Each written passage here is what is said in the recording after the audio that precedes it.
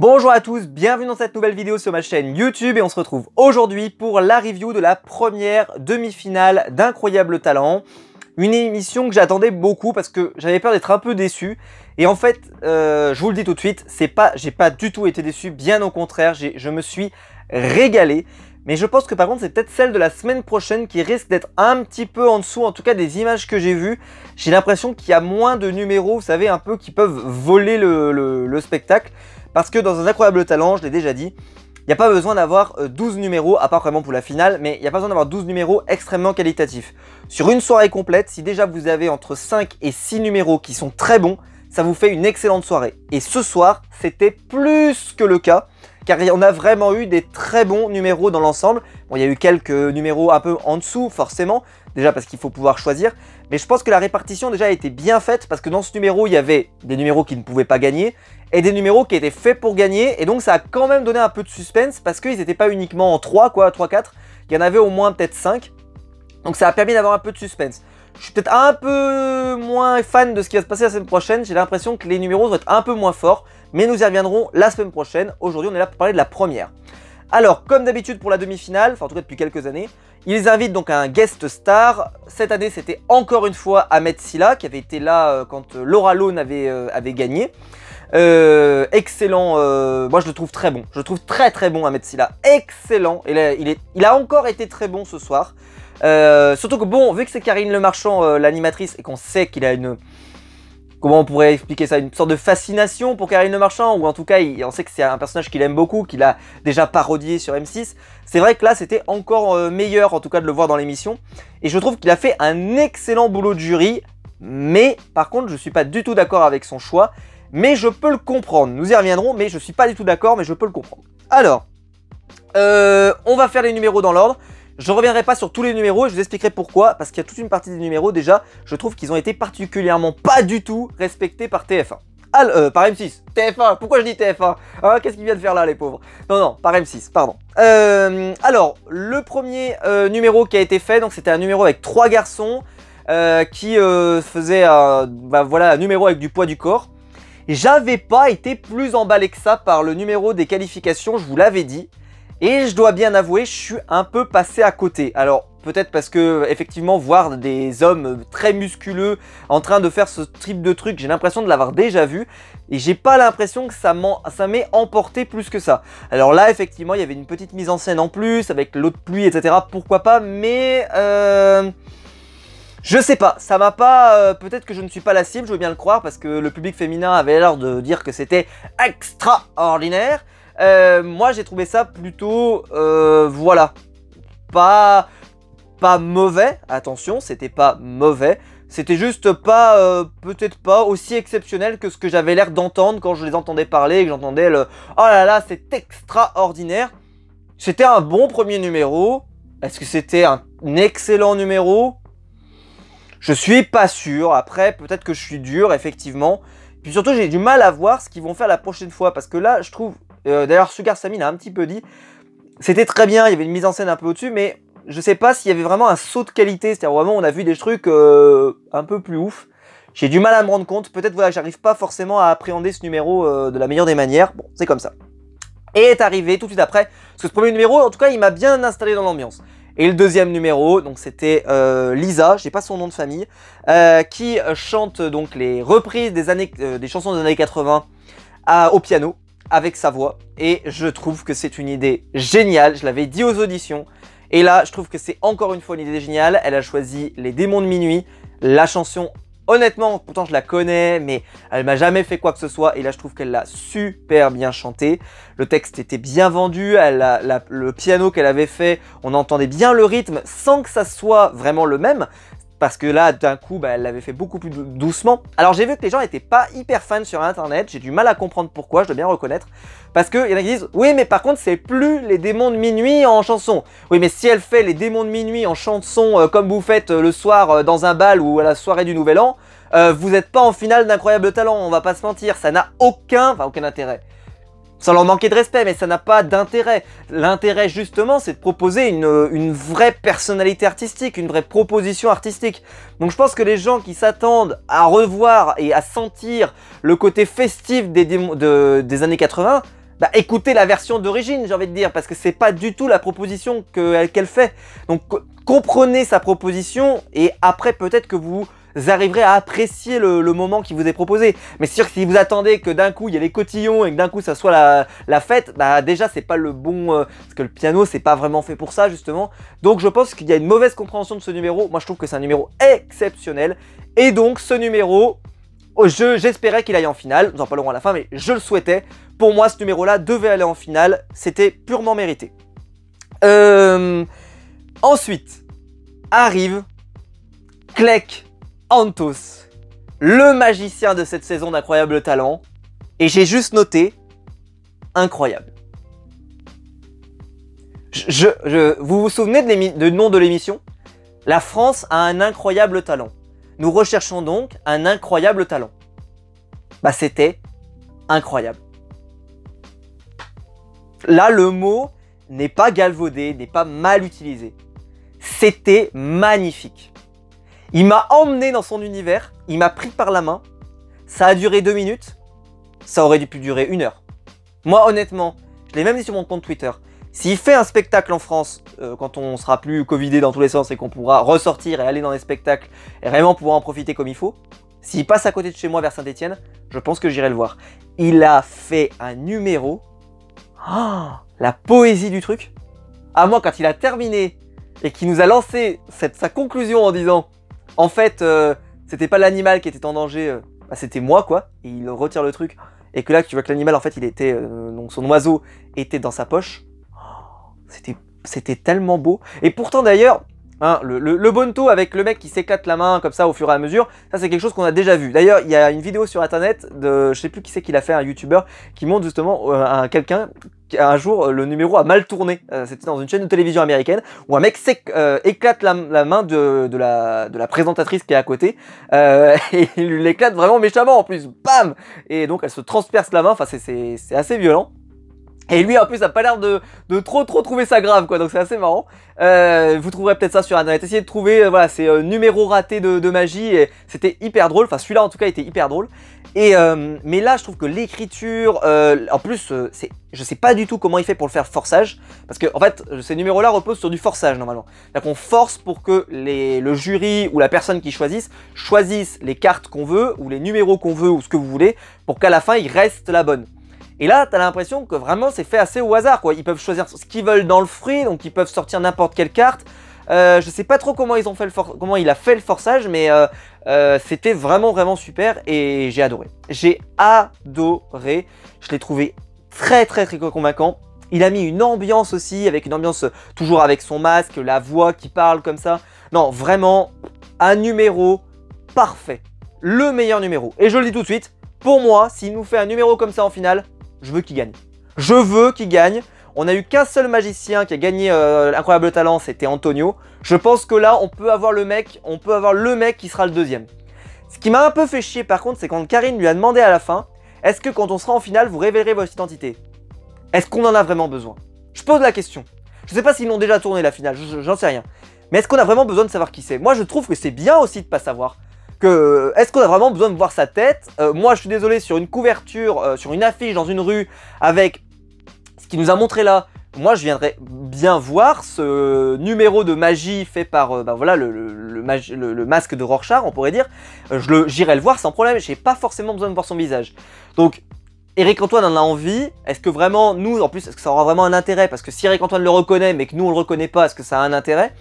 Donc je sais pas comment ça va être amené, donc en plus je suis hyper impatient de voir le prochain, parce que est-ce que ça va être important dans la narration du truc? Peut-être que par exemple il a prévu quelque chose, que en fait il est caché dans le prime depuis le début et qu'il va arriver à la fin, enfin j'en sais rien, un truc assez spécial qui pourrait être drôle, je ne sais pas, mais en tout cas j'attends énormément de son passage en finale, et pour moi, j'espère qu'il va gagner. Voilà, je le dis, je me mouille, mais j'espère qu'il va gagner, je veux qu'il gagne, Et si c'est encore un mec qui fait de la moto qui gagne, eh ben bordel de merde que vous allez m'entendre. Parce que là je peux pas, là, si c'est un mec avec de la moto qui gagne, en comparaison de ça, c'est pas possible, d'accord? Non, messieurs dames, je dis non de manière négative. Ensuite, alors après il y a eu des numéros un petit peu moyennas. Avec un numéro où il y avait bah voilà, des mecs qui faisaient du basket et qui sautaient sur un trampoline. C'était sympa, mais c'était pas du niveau pour gagner une demi-finale. Mais c'était très sympa et honnêtement, ils ont fait le meilleur qu'ils pouvaient. Avec en plus des effets de lumière et tout, donc bravo à eux. Ils ont fait leur maximum, ils ont rien à regretter.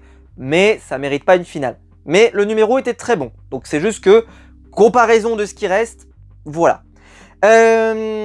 Ensuite, le DJ qui est venu faire de la musique avec des objets récupérés. Pareil, c'était sympa, c'était sympathique. Il est venu avec un vélo cette fois-ci qui contenait tous les appareils de musique divers et variés. C'était très sympa, mais pareil, ça vaut pas une finale. Mais c'était très sympa, mais ça vaut pas une finale. Et alors là, brrr, le truc, bien sûr, Johannes Starter, je crois qu'il s'appelle, qui fait du body painting avec là des animaux de la jungle, j'ai envie de dire, mais c'est pas vraiment de la jungle. Bref, parce qu'il venait un peu de tout. Bref, des animaux sauvages, on va dire ça comme ça.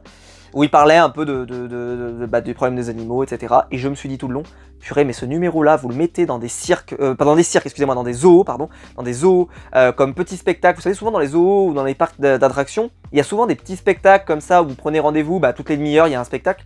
Je me dis, mais ça, comme ça cartonnerait. Pour les enfants, pour les adultes, mais ça cartonnerait. Je comprends pas, honnêtement, s'il n'y a pas un zoo en France là qui leur demande pas de venir faire un truc chez eux et de les embaucher à l'année pour qu'ils fassent un spectacle dans un zoo, je comprendrais pas. Ça marcherait hyper bien. C'était génial. Et moi, honnêtement, pour moi, il faisait partie de mes favoris aussi. Je me disais, allez, ça aussi, il faut que ça aille en finale. Donc, j'avais déjà le magicien, j'avais Lisa et j'avais lui. Ça commençait déjà à faire 3. Ils allaient en sélectionner 3. Donc j'étais mal barré parce qu'il restait l'autre moitié des numéros. Je me suis dit, c'est vrai que ça risque de faire mal parce que là, moi, j'ai déjà mes 3 qualifiés, on pourrait dire presque, sur le papier. Ensuite, alors il y a eu un numéro, alors lui par contre, pas de bol, hein, parce qu'il passe après ça. Moi que j'ai trouvé extraordinaire, avec une poésie, avec un message extraordinaire et tout, donc j'ai trouvé ça magnifique. Et il passe avec une slatline, vous savez, c'est l'énorme élastique comme ça qui tombe et où il fait des figures dessus. C'était pas mauvais du tout. C'était pas mauvais du tout. Mais en comparaison, c'était moins bien. C'était un peu fade. C'était pas aussi engagé, le message était pas aussi intéressant. C'était un peu de la performance. Et je pense que s'il était passé par exemple en premier, peut-être qu'il aurait eu moins mauvaise impression. Ou peut-être même plus tard. Mais là, je trouve que le faire passer après ça, si les numéros sont bien dans l'ordre, en tout cas nous de notre côté, c'était pas lui rendre service parce que je trouve que son numéro a vraiment... Voilà, il était pas mauvais son numéro, mais clairement il était en dessous des... Ça se voyait tout de suite quoi. Les Sancho, ils sont arrivés. Ils sont venus faire de la danse, tous ensemble. Je sais pas pourquoi je prends cet accent le Mexique, alors qu'ils sont pas du tout mexicains, ils sont français. Donc numéro de danse, et donc c'est là où donne son golden buzzer à Metsila. Alors, est-ce que je suis d'accord? Non, bien sûr que non, comme tout le monde. Et moi j'avais qu'une seule peur, c'est que je me suis dit si jamais ils prennent pas le magicien à cause du fait qu'à Metsila il a pas golden buzzé, parce que moi je golden buzz direct, moi je golden buzz, je sais que c'est le 3e le numéro de magie, mais pour moi on pouvait pas avoir mieux, hein. C'était tellement incroyable, je golden buzz direct. Et là justement, je pense qu'il a commencé à se rendre compte qu'il était déjà à peu près à la moitié des numéros. Et stratégiquement, j'ai l'impression de rentrer dans Koh-Lanta, je vais vous parler de stratégie aujourd'hui. Peut-être qu'Ametsila s'est dit, si je buzz pas maintenant, est-ce que derrière il y aura mieux? Et je vais pas vous mentir, je trouve qu'il a eu plus ou moins raison. Parce que les numéros suivants derrière ont été soit très moyens, soit pas bons. Et je me demande donc, parce que j'ai appris ça dans Touche pas à mon poste, qu'ils avaient une oreillette qui leur disait si les numéros sont bien ou pas. Parce qu'ils les voient au répète. Et je me demande, c'est un peu de théorie du complot, mais s'ils lui ont pas dit, si tu buzzes pas maintenant, en gros tu vas buzzer après pour Théo le lavabo, ou pour Bernard qui a 91 ans qui fait du slam, enfin, ils n'ont peut-être pas dit ça comme ça, mais voilà, hein, c'était un peu le côté de... C'est peut-être le moment ou jamais, quoi. C'est peut-être le moment ou jamais. Parce qu'après, tu risques d'envoyer en finale un peu... Bon, il y avait des trucs sympas après, hein. Il y avait des trucs sympas. Mais voilà. C'était peut-être le moment ou jamais, quoi. Et donc c'est pour ça, donc il l'a golden buzzé. Au final, vu les résultats après, ça me choque pas. Tout va bien, d'accord? Ça me choque pas. Parce que mon magicien, il a été sélectionné. Et la fille que j'aimais bien, elle a été sélectionnée. Donc tout va bien. c'est pas grave. En plus, ça fait un numéro de danse. Je crois qu'on n'en a pas en Golden Buzz. Il faudrait que je vérifie. Mais donc, c'est pas si grave. Honnêtement, ils ont fait une belle prestation. C'était très coordonné, etc. Donc, honnêtement, ils méritent, pas de problème, d'aller loin, d'aller en finale. C'est juste que j'avais peur vraiment que là, je me suis dit, si la magie, on sait que des fois, la magie, c'est pas très populaire, que des fois, ça les intéresse pas plus que ça et tout. J'ai dit, purée, s'il passe pas, je suis deg. S'il passe pas, je suis deg. Donc, j'étais bien content. Nickel. Bon, ensuite, hein, il y avait un chanteur qui est venu faire du rap. C'était le même qui avait fait son rap la première fois, qui avait touché tout le monde. Moi, je vous avais dit que ça m'avait... C'était sympathique, mais ça m'avait pas... Voilà. Et bon, là, ça m'a... Pas pire, pas mieux, quoi. Hein, pas ouf, quoi. Enfin, ça méritait pas un Golden Buzzer et ça méritait pas la finale. Tout va bien. Théo le lavabo, derrière, bon bah c'était nul, hein, donc voilà, hein, je ne veux pas rester plus longtemps. J'ai écrit nul, nul et nul. Je l'ai écrit 3 fois, c'est-à-dire que vraiment le côté de... D'abord j'ai dit c'est nul, après sur ma tablette je me suis dit... Après le numéro a dû durer 1 minute, j'ai dû écrire non en fait c'est vraiment nul, et à la fin des 2 minutes j'ai fait non mais en fait c'est vraiment nul, donc c'était nul. Ensuite Lou qui est venu faire donc une danse sur le divorce. Et petite subtilité, à partir de du numéro sur... pardon, il y avait un numéro aussi dans le... un numéro vidéo, vous savez, le numéro vidéo sur la perspective, je l'ai oublié. Qui était, je trouve, moins bien que ce qu'ils avaient fait aux auditions. Parce qu'aux auditions, mais je le dis, hein, ça c'est un format qui va cartonner sur TikTok ou sur Internet, d'accord? Ça c'est pour eux, pas de problème, ils ont même pas besoin de la finale, ça va cartonner. Mais ceci dit, je trouve que l'effet, vous savez, l'effet de surprise qu'ils avaient installé dans le premier marchait très bien. Dans le deuxième, bah, j'ai un peu trouvé que c'était le même, quoi. C'était pas... Alors ils ont dit, oui, nous ce qu'on est venu cette fois-ci, c'est qu'on est venu raconter une histoire. C'est vrai que c'était peut-être un peu plus dialogué, hein, on comprenait un peu mieux le cheminement. Mais ceci dit, c'était quand même pas ouf. Et c'est le dernier numéro, donc juste après les Sancho qui avait été Golden Buzz, le rap et le numéro vidéo, donc, où là, à partir de ce moment-là, on n'a plus de portraits. Tous les autres numéros avant, on avait tous des portraits, en disant, bah voilà, machin, t'as fait quoi, comment ont réagi ta famille, nanana. Là, plus personne. Plus un rat dans la boutique. Ah mais les mecs on les a fait passer. Allez, allez, dégage. Allez vite, passe, on n'a pas le temps. Hop, hop, hop, hop. Allez, il est déjà 23h, dégage. J'ai trouvé ça effrayant. Effrayant. C'est-à-dire que ceux qui sont passés en dernier n'ont pas du tout eu le même traitement que ceux qui sont passés au début. Alors est-ce que c'est... Je vous donne un petit indice. Est-ce que c'est pas que les derniers numéros étaient un peu en dessous? Et on va pas se mentir, c'était un peu le cas. Alors pas pour tous, mais un petit peu. Parce que justement, bah, Théo le lavabo, voilà. Et derrière après, bah, il y a eu une danse sur le divorce, faite par Lou, qui était très bonne. Mais est-ce que c'était vraiment excellent? C'était sympa, mais c'était peut-être pas aussi excellent. Donc elle, pareil, hop, elle a pas eu de portrait. Puis ensuite, il y a eu Bernard, à 91 ans, qui est venu faire son slam, qui était très bien. Et honnêtement, moi, il m'a ému. Il a ému Marianne James, qui m'a d'ailleurs fait le froid dans le dos. C'est de me dire que peut-être lui, il allait avoir le ticket pour la finale. Ça sera pas le cas. Mais j'y ai cru, honnêtement, j'étais pas bien, j'étais pas serein, je me suis dit purée, elle a chialé, elle va peut-être dire que voilà, ça lui a procuré une émotion incroyable et que donc il faut que ça aille en finale pour entendre son dernier texte. J'étais très inquiet, j'étais très inquiet. Mais au final non, tout va bien, c'était très bien, 91 ans, il a vendu son texte, il était bouleversant, il a parlé de la mort, le truc déjà ça casse l'ambiance, donc super. Ensuite un numéro de type un peu contorsion, fakir. Ouais, bah rien à dire en particulier, honnêtement c'était sympa mais sans plus. Mais comme je vous dis, bah voilà, à ce moment-là, il n'y avait plus de portrait, hein, oubliez, hein, Bernard, pas de portrait, le mec qui fait de la contorsion, il est arrivé, même pas de respect, c'est-à-dire hop, il est arrivé, même pas de présentation, même pas d'accueil du jury, rien du tout. Et ensuite, il y a eu une danse sur le thème du suicide, qui était bien, avec la jeune fille que moi j'avais beaucoup aimé aux auditions, que j'avais trouvé vraiment super, et qui, je trouve, a fait une prestation qui est malheureusement moins bonne qu'aux auditions. Et ça c'est dommage, parce que souvent ce qu'on aime bien dans Incroyable Talent, justement, c'est le côté on progresse au fur et à mesure. D'abord un bon numéro, ensuite un très bon numéro, et après, hop, le chef-d'œuvre absolu. Là, elle, je trouve que son numéro, effectivement, c'était encore un sujet important, mais c'était pas aussi fort, pardon. C'était pas aussi fort, c'était pas aussi impressionnant.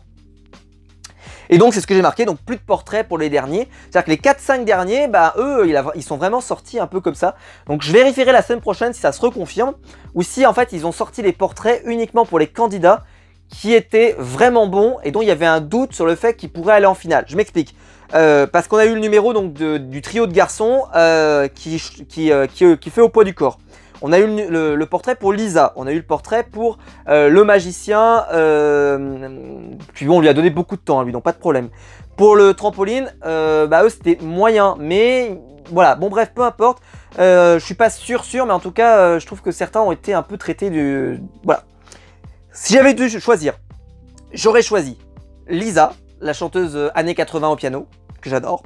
J'aurais choisi Clec Antos, le magicien. Lui, je choisis obligatoirement. Et en troisième, j'ai beaucoup hésité. Je comprends pourquoi le jury avait envie de choisir le trio de garçons qui fait le numéro au poids du corps. Parce qu'effectivement, ça a emporté les gens sur internet, donc ils ont bien aimé.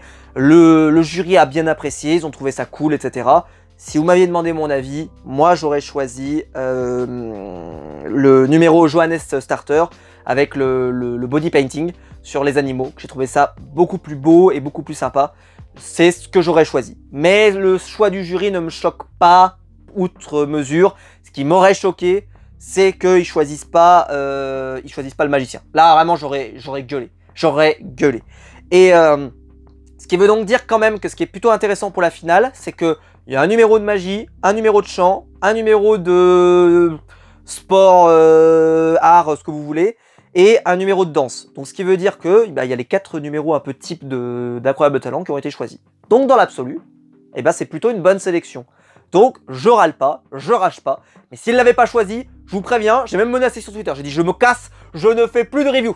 C'est terminé, hein, mais bon, c'est très bien, hein, ça va finir avec un mec qui fait des roues arrière sur sa moto et qui va gagner. On connaît, hein. C'est comme ça que ça se passe maintenant, donc voilà, il n'y a pas de surprise. Donc vous allez voir, hein, je sais pas ce qu'il va y avoir la semaine prochaine, il y a un mec qui va arriver avec une moto, il va dire ok, je gagne. Non, mais nous on a un magicien, il fait des trucs de malade, non, moi je fais des roues arrière avec ma moto, ça passe. Voilà. J'ai tellement peur. À la finale, je vais la regarder, je vais faire comme ça, ça va être trop horrible quoi. Surtout qu'en plus il y a les numéros Golden Buzz qui arrivent derrière, donc ça va être compliqué. Voilà, on se retrouvera nous la semaine prochaine pour la deuxième demi-finale avec Issa Doumbia dans le jury. Donc hâte de voir ça. Comme je l'ai dit, j'ai l'impression que les numéros sont un peu moins ouf, mais là, honnêtement, ce soir, je me suis régalé. Il y a que la fin qui, pour moi, a été vraiment décevante parce qu'ils ont enchaîné les numéros un peu pourris et t'as l'impression qu'ils ont un peu déstocké, quoi. Enfin, pas pourris, mais en tout cas, pas aussi bons que les premiers. Et vraiment, ils ont tout misé sur la première heure et demie avec les 5-6 premiers, là. C'était du tellement haut niveau que moi, jusqu'au Golden Buzzer de Ahmed Silla, je passais une soirée, c'était parfait.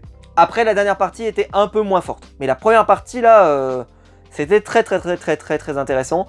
Et pour moi, c'était un excellent cru d'Incroyable Talent pour cette première demi-finale. On verra si ça se confirmera la semaine prochaine. Mais déjà, avec ces 4 numéros, je pense qu'on peut avoir une bonne finale. Donc, on verra.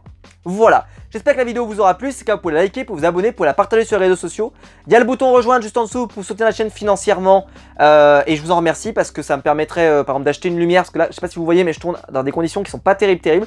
Donc je prévois d'acheter une lumière. Donc normalement, ça sera fait dans pas longtemps. Mais grâce à vous et grâce à votre énergie, normalement, on va pouvoir y arriver. Et je vous en remercie. Donc n'hésitez pas si vous avez envie vraiment de soutenir la chaîne et qu'elle s'améliore avec le matériel. Parce que j'aimerais pouvoir vous proposer des vidéos de plus en plus qualitatives. Et dites-moi en commentaire ce que vous avez pensé de cette soirée, ça m'intéresse beaucoup, j'échangerai avec vous en commentaire. Et quant à nous, on se retrouve très vite, on se retrouve demain matin d'ailleurs. Donc demain matin pour la vidéo du calendrier de l'Avent à 7 h comme tous les jours. Et sinon, on se retrouve dans la semaine pour d'autres vidéos. Allez, ciao!